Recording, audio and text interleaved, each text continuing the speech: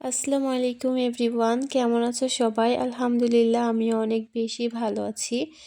আর আশা করব প্রথম থেকে শেষ অবধি আমার এই ছোট্ট মিনি ব্লগের সাথেই থাকবেন। তো চলুন শুরু করা যাক আমার আজকের এই ছোট্ট মিনি ব্লগ। তো প্রত্যেক দিনের মতো আমার অনেক ভোরে ঘুম থেকে উঠতে হয়, নিজের ইচ্ছাতে না বরং আমার এই মিকির ইচ্ছাতে। আর তারপর আমার ফ্রেন্ডের কাছে আমার চার্জার ছিল, তো সেটা নেওয়ার জন্য আমি বাহিরেই ছিলাম। আর তারপর ওরা ফোন করে বলে যে দাঁড়া, ওরাও আসতেছে কারণ বাজার করতে হবে, বাজার না করলে আজকে রান্না কী দিয়ে হবে গাইস। সো বাজার তো করতেই হবে, এই জন্য আমি বাহিরেই দাঁড়িয়ে যাই। আর তারপর ওরাও চলে আসে, আর আমার কাছে যেহেতু টাকা ছিল না, তো টাকা তো উঠাইতেই হবে। তারপরে চলে আসি এই তো এই শপে। তো এখানে এসে অল্প কিছু টাকা উঠাই নিতেছিলাম, কারণ আমি ফকির হয়ে গিয়েছি গাইস। আমার কাছে কোনো টাকা ছিল না, মাত্র কয়েক টাকা আছে, তার মধ্যে থেকে 300 টাকা উঠাই নেই, মানে শুধু বাজার করার জন্য। আর তারপরে আমি এখানে ঘুরে ঘুরে দেখতেছিলাম কিছু নেওয়া যায় কিনা অল্প টাকার মধ্যে। কিন্তু ভাই নিজেকে তখন ভীষণ অসহায় মনে হচ্ছিল, কারণ নিজের কাছে এক পয়সাও এক্সট্রা ছিল না। একদিকে সব জিনিসগুলোর দিকে তাকাচ্ছিলাম, একদিকে নিজের টাকার দিকে তাকাচ্ছিলাম। তারপরে সেখান থেকে বের হয়ে সোজা চলে আসি মুদির দোকানে।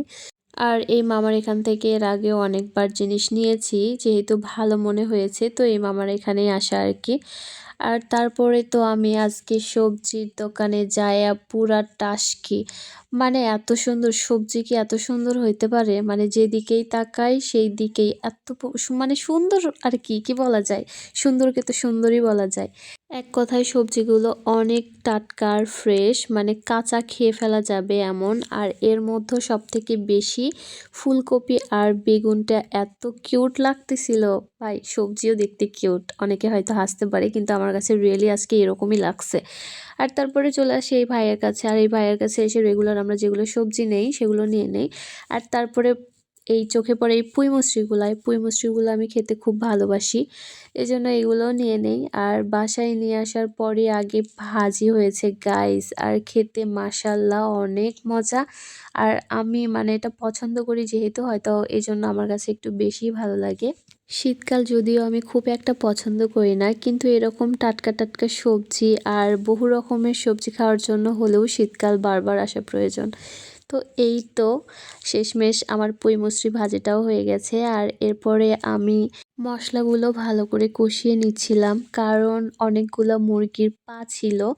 অনেকের কাছে এগুলো হয়তো অদ্ভুত খাবার হইতে পারে বা অনেকে খায় না, কিন্তু ভাই যেগুলো অদ্ভুত সেগুলোই আমার বেশি ভালো লাগে।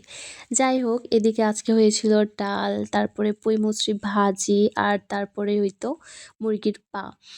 তো আর সন্ধ্যাবেলায় আমি এই তো রুটি দিয়ে শাহি টুকরার একটু কপি করতে চেয়েছিলাম, মানে হয়েছিল আর কি, কিন্তু মজা হয়েছিল গাইস। খাইতে অনেক বেশি মজা হয়েছিল, আর সবাই খেয়েও অনেক ভালো রিভিউ দিয়েছে, মানে আমি যেটা বানাবো সেটা তো ভালো হতেই হবে। তো এই ছিল আমার আজকের ছোট্ট ব্লগ। ভালো লাগলে সবাই সাথেই থেকো। আল্লাহ হাফেজ।